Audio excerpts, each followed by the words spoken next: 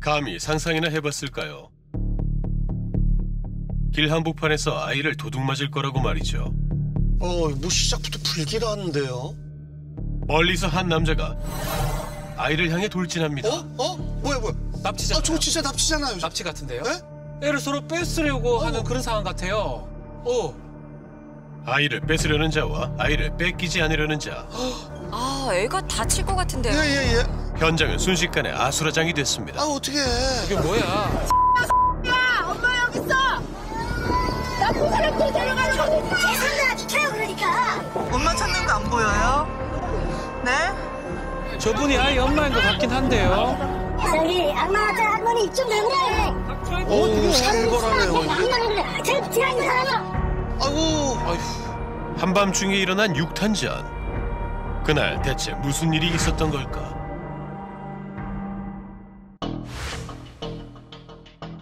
그날의 진실을 알기 위해 제주도를 찾았습니다. 네, 안녕하세요. 저희 MBC에서 나왔는데 지난주에 여기서 싸움 있었다 그래서. 뭐 싸움인가 뭐. 우리 나긴 해서 막 시끄러워. 시끄럽긴 했어요? 나긴 했는데. 손님들이 와서 막그 경찰 얘기하니까 나가봤는데 경찰 막 한 명 같은 게 나와 있어. 지게길 때문에 경찰차가 좀 오니까 그것 때문에 좀 시끄러운 소리는 다 들으셨나 봐요. 예. 근데 일반 취객들 뭐 싸우는 거랑 좀 달라 보이잖아요. 달라 보여요. 사건이 일어난 음식점. 그곳에는 목격자가 있지 않을까? 안녕하세요. 사장님. 안녕하세요. 서울 MBC에서 왔는데. 그날 밤을 정확히 기억하고 있는 사장님. 8시 반에 계산하고 나가셨어요. 나가시니까 우린 청소했는데 조금 있다가 좀 비명 소리가 들려서 쳐다보니까 엄마 누워있고 애기 누워있고 사람들은 아이를 떼어내려고 하고 완전 무섭더라고요. 아이는 얼마나 지금 충격이 제가 지나가다 봤어도 깜짝 놀랐을 것 같은데. 예. 중간에 애기 엄마가 찾아왔을 때 그걸 만나더라고요. 이혼을 했는데 아이 때문에 그럽니다. 쌍둥이 엄마는 그 다음날 남편이 아이들을 납치했다며 도움을 요청했습니다. 사실 CCTV 영상 속에 등장한 부부는 누구나 알 법한 유명 인사입니다.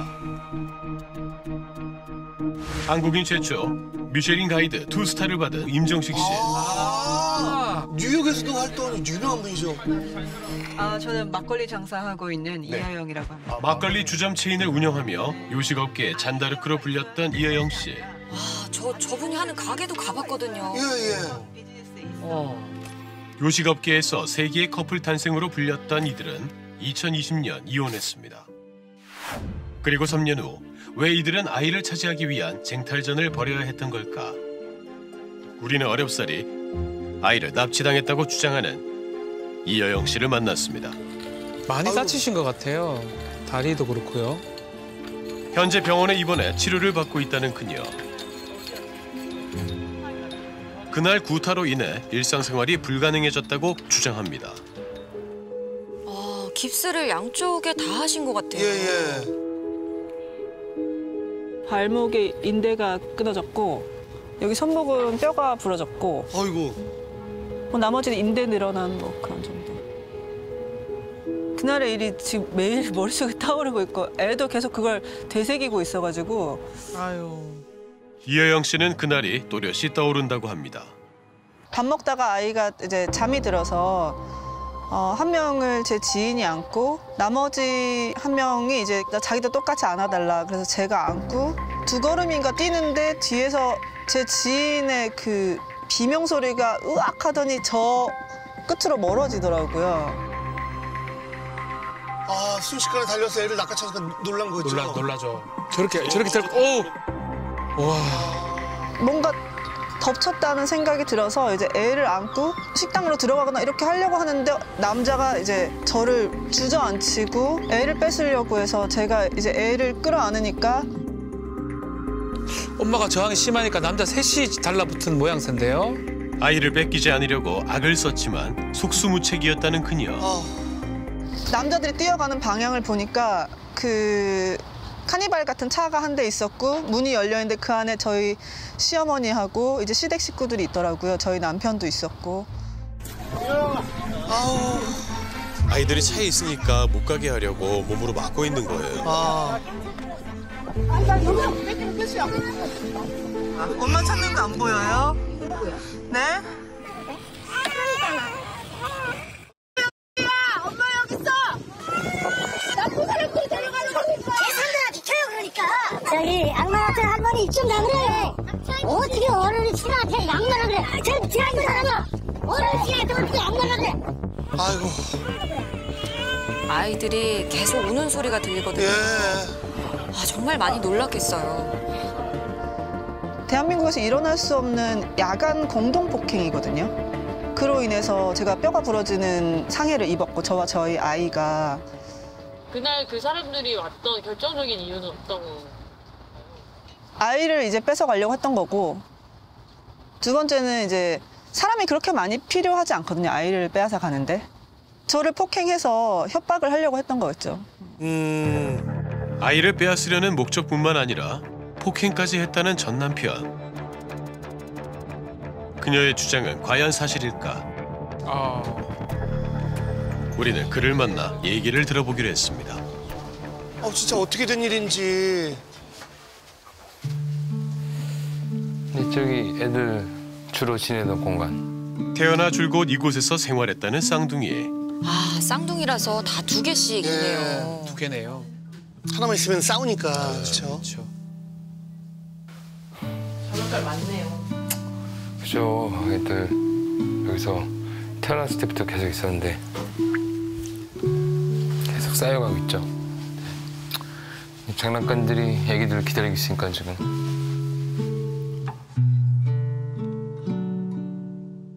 지금 여기가 이제 제 부모님 댁이거든요. 교리원에서 바로 일로 왔어요. 여기서 같이 지내긴 했어요? 안 지냈어요.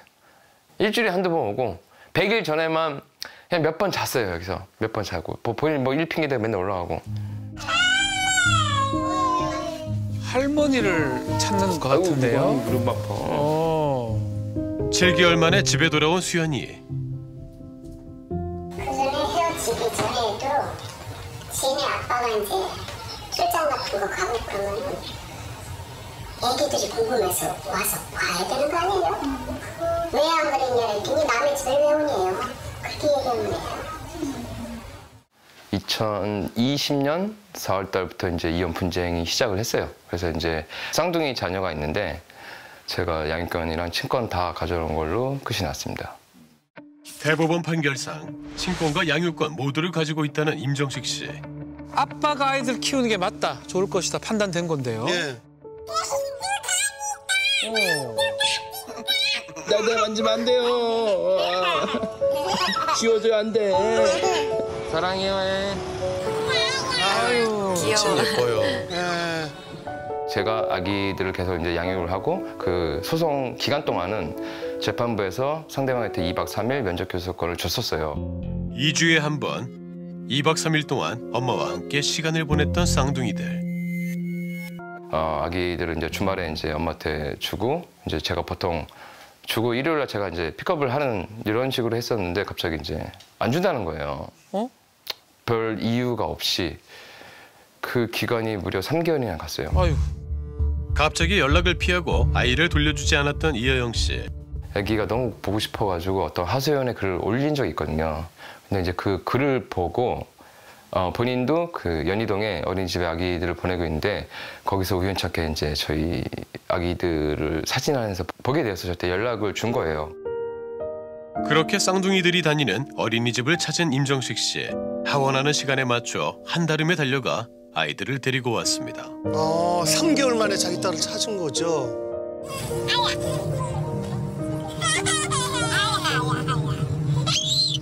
아, 아이들이 너무 좋아하네요. 고민을 많이 했죠. 또 이런 짓을 할 사람이 뻔한데 줘야 되는 거지 말아야 되는 거지. 그렇지만은 법은 지켜야겠다 이런 생각이 들어가지고 어떤 법적인 효력은 없지만 각서를 하나 받았어요. 이렇게 또 협조 안 하면 나도 너한테 협조 안 할 것이다. 그렇게 면접 교섭권을 잘 이행하겠다는 약속을 받고 나서야 비로소 아이를 만나게 해줬다는 임정식 씨. 또 그러지 말라는 경고의 의미도 있겠죠. 불안했지만 그래도 2달 동안은 약속을 잘 지켰다고 합니다. 하지만 제가 이제 아기를 픽업하는 날이었어요. 근데 그때 또 갑자기 똑같은 일을 반복을 하는 거예요. 자기가 좀 데리고 있겠다. 일방적으로. 또 갑자기 아이를 돌려주지 않는 이여영 씨. 안 그러기로 했잖아요. 뭐 각서긴 하지만. 아이를 되찾기 위해 경찰과 함께 집을 방문했지만 근데 경찰도 이제 본인들이 할 수 있는 건 없다. 소송 끝나고 와라. 뭐 애들 뭐 안전 여부 물어봐도 저한테 직접 보여주지는 않고 뭐 통화해서 애기들 잘 있다 이 정도로만 전 건담만 들으니까 저는 이제 걱정은 쌓여가는 거고 애기는 계속 못 보는 거고 그래서 그게 작년 8월 달부터 시작된 거예요. 무려 7개월 넘게 아이를 보지 못한 정식 씨. 아우, 그럼 너무 답답하고 걱정되죠. 7개월이면. 아이 엄마의 개인 SNS를 통해 쌍둥이 소식을 접하고 있던 찰나 저렇게 보면 잘 지내나 뭐 이렇게 생각할 것 같긴 해요. 한 영상을 보고선 분노를 참지 못했다고 합니다. 거기 영상 중에서 어떤 낯선 남자가 아빠야 이러고 있는 거예요. 딸들한테. 그거 듣자마자 저는 피가 거꾸로 솟았죠, 정말로. 이 남자가 뭐 지금은 이제 음주운전 때문에 잘렸지만은 라디오 방송을 진행해서 그 목소리가 되게 이제 있거든요. 딱 그 사람 목소리예요.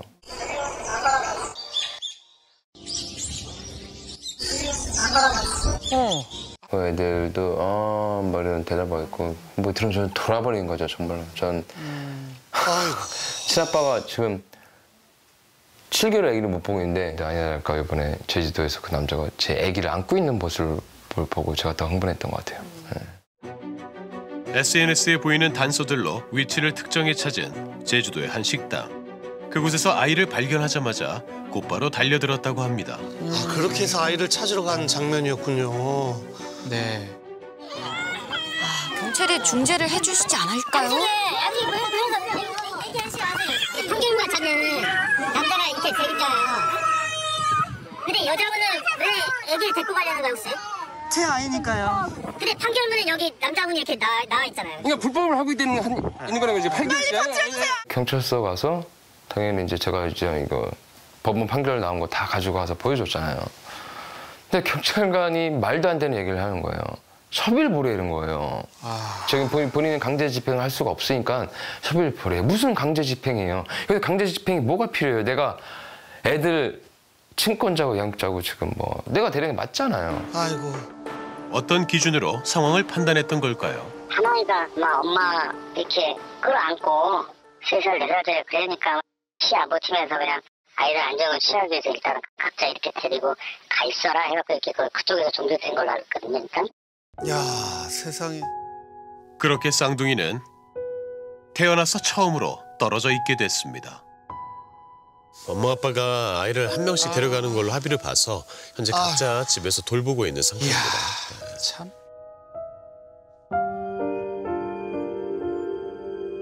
법적인 판단을 무시하고 이여영 씨가 쌍둥이를 지키려는 이유가 뭘까? 양육권이랑 친권은 남편에게 있다. 네네. 그건 맞는 거죠? 네, 맞습니다. 저는 엄마로서 정말 소극적이고 최소한의 저항권을 행사했던 거예요. 어떤 엄마라도 저와 같은 상황에서 아이를 보내진 않았을 거고 저와 같은 소극적 저항을 했을 거예요. 근데 막무가내 지난 8개월 동안 했기 때문에 걔는 그게 당연하다고 생각하고 뭐 저를 뭐 납치범 생각하는데 저는 그렇게 생각 안 하거든요. 저는 납치범들한테 제 아기를 구조했다 생각해요. 반대로 생각하시는군요. 아버지한테 친권과 양육권을 다 주는 경우는 흔치 않거든요. 상대방이 여러 가지 범죄에 연루되어 있어가지고 뭐 당연히 징역형 받은 것도 있고 그런 이유 때문에 저한테 줬습니다. 외식 사업가로 유명한 월양의 이여영 대표를 직원들이 고소했습니다. 임금 체불에 이어 직원들에게 지급할 4대 보험금까지 횡령했다는 혐의인데요. 기억납니다. 금액이 되게 컸었어요. 대규모 임금 체불과 직원들 몫의 4대 보험금 횡령 사건이 벌어지게 된 겁니다. 임금 체불 같은 부분은 지금 어쨌든 근데 유죄가 인정된 거잖아요. 그렇죠. 집행유예지만 유죄죠. 그 부분에 대해서는 인정을 하시는 건가요? 임금 체불한 건 사실이죠, 제가. 근데 임금 체불을 왜 하게 됐냐. 40억 횡령 소송에 걸려 있고 임금 체불을 20억 가까이 한 엄마한테 한테 판사는 애를 줄 수가 없는 거죠. 그 덫에 제가 걸렸다는 것을 한참 지난 뒤에 알게 됐어요. 그녀는 남편이 자신을 함정에 빠뜨렸다고 주장했습니다.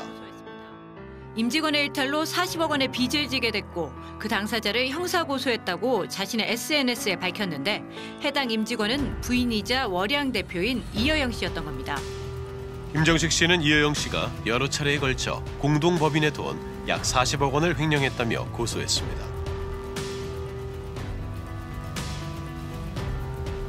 우리는 이 상황에 대해 잘 알고 있는 한 사람을 만났습니다. 저는 주식회사 월양의 이여영 대표의 친동생입니다. 친동생은 이미 예견된 문제였다고 합니다. 이런 사건이 일어나기 전에도 인권체불로 노동청에 고소된 적이 좀 있어요. 어차피 담당자가 저로 돼 있어서 저한테 연락 오기도 하고 저도 노동청에 간 적도 있고 그리고 그걸로 지연 이자도 낸 적도 있고 그래서 인권체불은 사실은 계속됐던 것 같아요, 솔직히.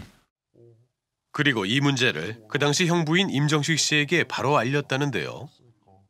제가 셰프님한테 먼저 얘기했던 거는 저희 회사가 월양이 좀 너무 오너라식으로 오픈을 하고 이러다가 월양 망할 것 같은데 어떡하죠? 이러면서 왜 잘 된다는데 아니라고 이러다가 진짜 애들 월급도 못 줄 거라고 너무 힘들다. 사업을 무리하게 확장했던 것 같은데요. 빚 좋은 개살구라고 하죠, 이런 거를. 당사자인 이여영 씨는 이 문제를 어떻게 생각할까? 며느리 내보낼 때 그 사람 망가뜨리는 방식이 있더라고요. 기획 이혼. 기획 이혼 당하셨다는 거잖아요. 네. 그럼 왜 쫓겨나셨다고 생각하세요? 제가 이제 제보를 받았는데 내가 알기로 너희 남편이 남자도 사귀는 사람인 걸로 아는데 누구나 다 아는 유명인이 저한테 메시지를 보내셨더라고요. 사진도 보내고. 이게 제보를 통해 받았던 사진입니다. 사진만 봤을 때는 좀 애매한데요. 그렇게 남편의 성적 취향을 문제 삼아 이혼을 요구했습니다.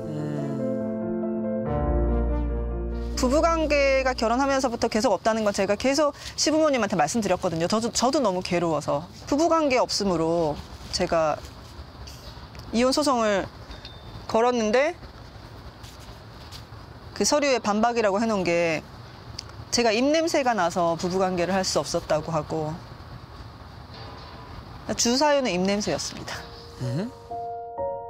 평소 부부관계를 거부하거나 불성실한 혼인 생활을 했다는 임정식 씨. 하지만 그 이유를 뒤늦게 알았다고 합니다. 남편의 성 정체성을 뒤늦게 알았다. 소장이 냈더라고요. 깜짝 놀랐어요. 그러니까는 이제 제가 자전거를 타서 애들이랑 같이 가잖아요. 저 주변 셰프들이랑. 애들 다 깨게 됐어. 그러니까 애들. 부부관계가 네. 결혼 생활 중에 한 번도 없었다. 아니요. 초반에 있다가 뭐 어느 순간부터 그 상대방이 이제 음주를 많이 하잖아요. 그러니까 이제 속이 되게 안 좋아요. 이 냄새가 너무 역한 거 있잖아요. 그런 거 경험하니까는 접근을 못 하겠더라고요, 약간. 진짜로. 음주를 어느 정도 심하게? 매일 해요, 매일. 마치 평행선처럼 가까워지지 않는 두 사람. 홀로 남겨진 수연이를 볼 때마다 다른 아이도 걱정이 된다고 합니다. 아기를 지금 못 보고 있잖아요. 둘째가 너무 걱정이 돼요. 그런 사람한테 자란다는 게 정말 아기가 너무 걱정이 되기 때문에 저는 아기만 데려오면 돼요, 지금 현재. 부자인 시댁과 싸울 용기가 없어서 못 하시는 분들 많은데 더 이상 망신당하고 더 이상 뭐 잃을 게 있나 싶어서 저한테 애밖에 없으니까 어디까지 가는지 한번 보려고요.